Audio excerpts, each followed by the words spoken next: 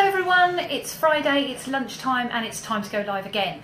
So what am I talking about today? Today I'm talking about premium bonds. Premium bonds are a savings product from National Savings and Investments, so that's NsandI, which means that they're backed by the treasury, so they're effectively a very safe way of tucking some money away if you need it as a short-term thing.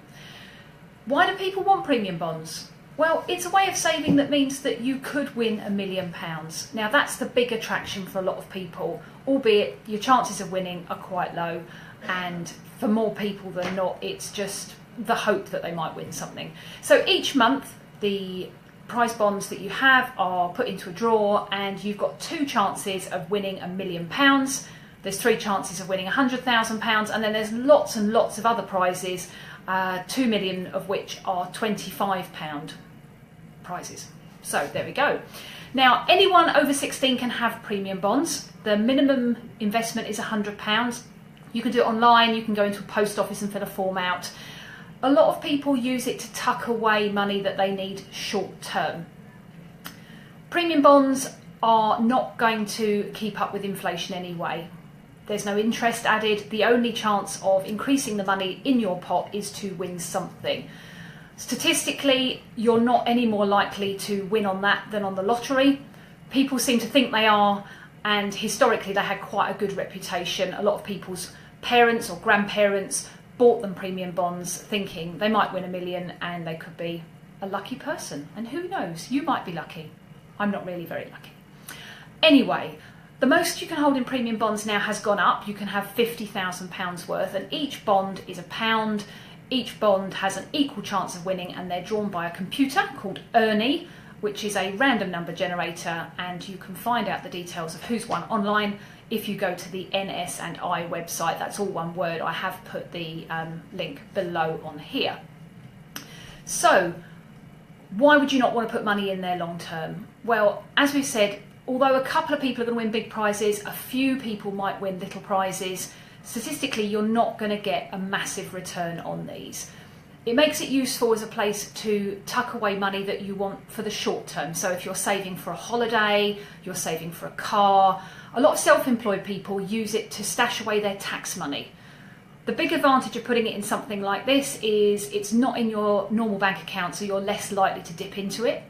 It means that you can get the money back quickly if you need it.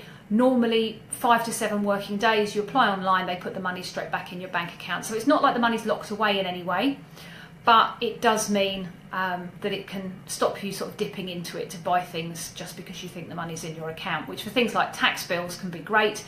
And who knows, if you win on it, then the government's paid your tax bill, and there's a little bit of irony in that people like.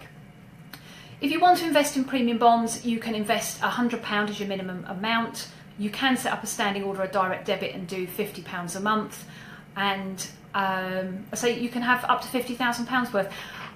The figures that you find online would suggest that if you own about £30,000 worth, you're likely to get an income of £200 to £300 a year if you have average luck. But I say nothing is guaranteed. So you could hold £50,000 worth of premium bonds and earn absolutely nothing.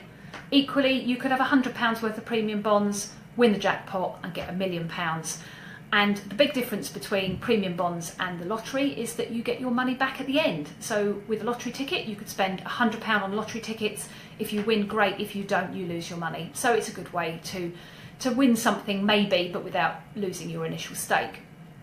Now, as I said earlier, premium bonds are not suitable for most people for long-term investment strategy. And the main reason for this is that because the premiums only go into paying prizes, there's no additional interest paid or anything like that. They don't keep up with inflation, and in fact the win rate is now been cut and it's about 1.15%. So it's better than keeping it in cash in your bedside cupboard, but not as good as you could get on other long-term type products. So it's something that is guaranteed, it's backed by the treasury, so you know your money is safe, but the downside of that is then you're not going to get a massive income.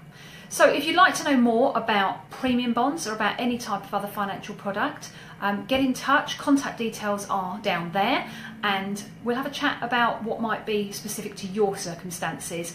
As we said before, I can't give any sort of financial advice on these videos. It is just a helpful pointer. If you want more information about other helpful things, please go over to my blog at the Piece Together website, and follow that on our YouTube channel if you want to find out a bit more. So that's me for today. I'm off to the Spitfire ground now in Canterbury, where I am being filmed as part of my shortlist for Exceptional Customer Service Award as part of the Canterbury Business Awards, and I find the result out of that on Wednesday next week. So watch this space, have a great weekend, and I'll speak to you soon. Bye.